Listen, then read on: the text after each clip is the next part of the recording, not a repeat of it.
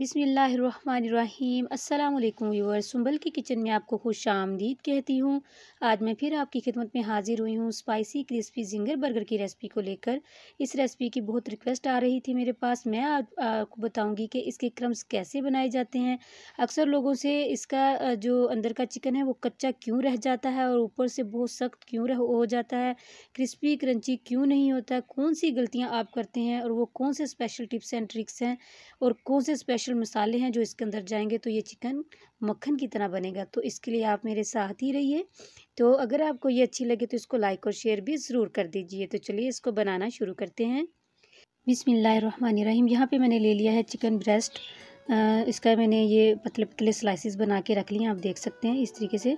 हालांकि जो ginger burger में चिकन यूज़ होता है वो होता है थाई का पीस यूज़ होता है, वो जूसी होता है। इससे ये थोड़ा सा जूसी नहीं होता, लेकिन मेरे पास वो अवेलेबल नहीं था तो मैं इससे बना रही हूँ। अगर आप बनाएं तो आप थाई का ही यूज़ करें, वो बहुत जूसी बनता है।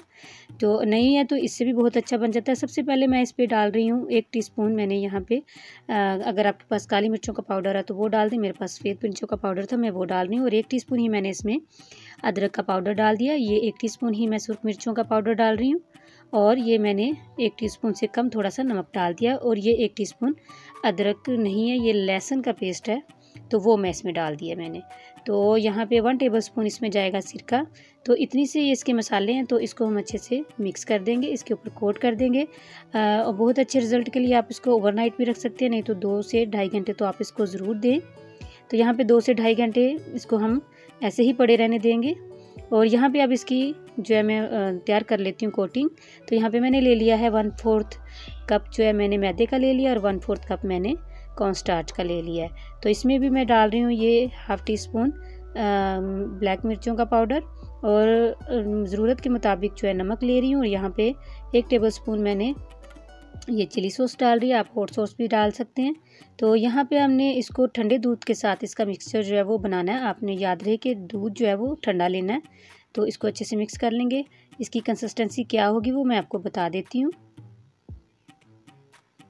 तो इसको अच्छे से मिक्स कर लेते हैं। इसी दौरान अगर आप चैनल पर नए हैं तो चैनल को ज़रूर सब्सक्राइब कर दें। तो ये आप देख सकते हैं, इसको अच्छे से मिक्स करेंगे। ये देखें इस तरीके की इसकी कंसिस्टेंसी होनी चाहिए, बहुत ज़्यादा रनी भी नहीं होनी चाहिए और बहुत ज़्यादा थिकी भी नहीं होनी चाहिए। तो यहाँ पे मैंने ले लिया है मैदा, इसमें मैंने कुछ भी ऐड नहीं किया। जो मसाले मैंने ऐड करने थे बस उसमें दूसरे वाले में ऐड किया है। तो यहाँ पे साथ ही मैंने ठंडा पानी भी रख लिया है। पानी भी आपने ठंडा लेना है और इसमें दूध भी आपने ठंडा ही यूज़ करना है। सबसे पहले हम इसकी कोटिंग इसमें करेंगे, जो हमने ये वाला लिक्विड ही बनाया है। उसके बाद ये खुश्क मैदे के ऊपर हम इसको रखेंगे और अच्छे से इसको ऊपर नीचे से कोटिंग इसकी कर देंगे। मैदा ज़रा आपको ज़्यादा लेना पड़ेगा, ये आप देख सकते हैं। ऊपर नीचे से इसको अच्छे से कोटिंग कर देंगे इसकी, इस तरीके से प्रेस करते हुए। और एक हाथ से हम खुश्क मैदे में जो हम कर रहे हैं उसको यूज़ करेंगे, दूसरे हाथ से हम पानी वाला काम करेंगे। तो ये देखें इस तरीके से हम इसको झाड़ लेंगे ज़रा, ताकि एक्सेस जो मैदा है वो उतर जाए। और अब इसको पानी में डाल देंगे, 1 से 2 सेकंड इसको पानी में रहने देंगे। और हम इसकी साइड चेंज कर लेते हैं ताकि करने में आसानी हो। तो ये देखें अब दूसरे हाथ से आप इसको निकालेंगे और इसको दोबारा से इस पर रखेंगे और इस तरीके से ऊपर नीचे इसके सारे अच्छे से जो मैदा है वो लगा देंगे और प्रेस करेंगे अच्छे से। और इस बार आपने इसको रब करना है हल्के हाथों से और थोड़ा सा इसको मुट्ठी में दबाना भी है हल्के हाथों से, ताकि थोड़ी सी आपने इसको जो है इसमें जो क्रम्स हैं वो बने अच्छे से। मैं आपको दिखाती हूँ। ये इसकी जगह पे अगर आपके पास थाई का पीस होगा तो उसके और भी ज़्यादा अच्छे क्रम्स बनेंगे। ये देखिए कितने अच्छे क्रम्स बन गए हैं। इसको ये क्रम्स बनते हैं जब हम इसको मुट्ठी में लेके हल्का सा दबाते हैं और ऊपर से रब करते हैं, तो इस तरह के अच्छे से क्रम्स बन जाते हैं। और अब इसके ऑयल का टेम्परेचर जो है वो मैं आपको बता देती हूँ। यहाँ पे मीडियम फ्लेम पे हमने इसको गर्म कर लेना है। थोड़ा सा ये क्रम्स मैंने इसके अंदर डाला है ताकि इसका टेम्परेचर में जो है वो मुझे पता चल जाए कि कब मैंने इसमें पीस डालने हैं। तो ये आपको मैं दिखा देती हूँ। तो जैसे ये वाला पीस जो है उठ के और ऊपर आएगा ऑयल के, तो आप समझ जाएं कि आपका जो ऑयल का टेम्परेचर है वो ठीक है। तो बस ये देखें ऊपर आना शुरू हो गया। तो अब मैं इसमें वो पीस भी डाल दूँगी, टेम्परेचर ठीक है।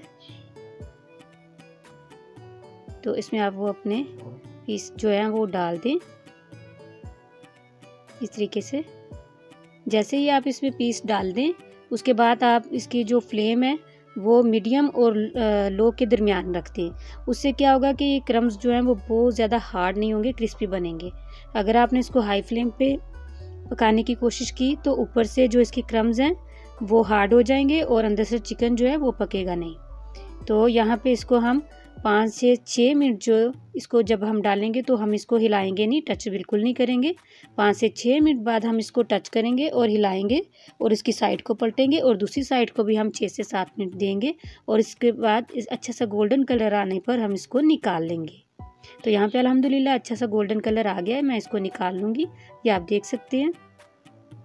इसी तरीके से ये मैं सारे ही निकाल लूँगी। तो यहाँ पे मैंने 2 चम्मच मायोनीज़ ले ली थी और 2 चम्मच ही मैंने केचप ले ली थी और इन दोनों को मैंने अच्छे से मिक्स कर लिया था। तो आप चाहें तो खाली मायोनीज़ भी लगा सकते हैं, लेकिन मैं ऐसे लगा रही हूँ, बहुत ही टेस्टी लगता है। तो इसको सारा फैला लेंगे, चारों पीस पे मैं फैला लूँगी। इसको अच्छे से स्प्रेड कर दिया मैंने। अब मैं यहाँ पे ले रही हूँ सलाद के पत्ते, तो वो हम इस पे लगा देंगे इस तरीके से और इसके ऊपर वो रखेंगे पीस जो हमने क्रम्स वाला बना के रखा है। देखिए माशाल्लाह कितने अच्छे इसके क्रम्स बने हैं। लेकिन मैं आपको बोलूँगी कि आप थाई का ही पीस लें, क्योंकि इसमें थाई का पीस ही ज़्यादा जूसी लगता है। मेरे पास था नहीं तो इसलिए मैंने चिकन ब्रेस्ट को यूज़ किया। बाकी तरीक़ेकार सारा का सारा वही है। तो अब इसके ऊपर मैंने मायोनीज़ लगा दी है। आपको कोई भी सॉस पसंद हो, केचप भी पसंद तो आप लगा सकते हैं। अब मैं अब इसको कट करके दिखाती हूँ। बहुत ही टेस्टी बना था, आप इसको ज़रूर इसी तरीके से ट्राई कीजिए। तो ये देखें माशाल्लाह बहुत ही अच्छे से ये गल चुका है अंदर से चिकन, बहुत ही अच्छे तरीके से। तो बहुत ही टेस्टी भी बना है। तो उम्मीद है कि आज की रेसिपी आपको बहुत ही अच्छी लगी होगी। अच्छी लगी है तो इसको लाइक और शेयर ज़रूर कर दीजिए और मुझे अपनी दुआ में याद रखिएगा। मिलूंगी फिर एक नई और आसान रेसिपी के साथ। अल्लाह हाफिज़।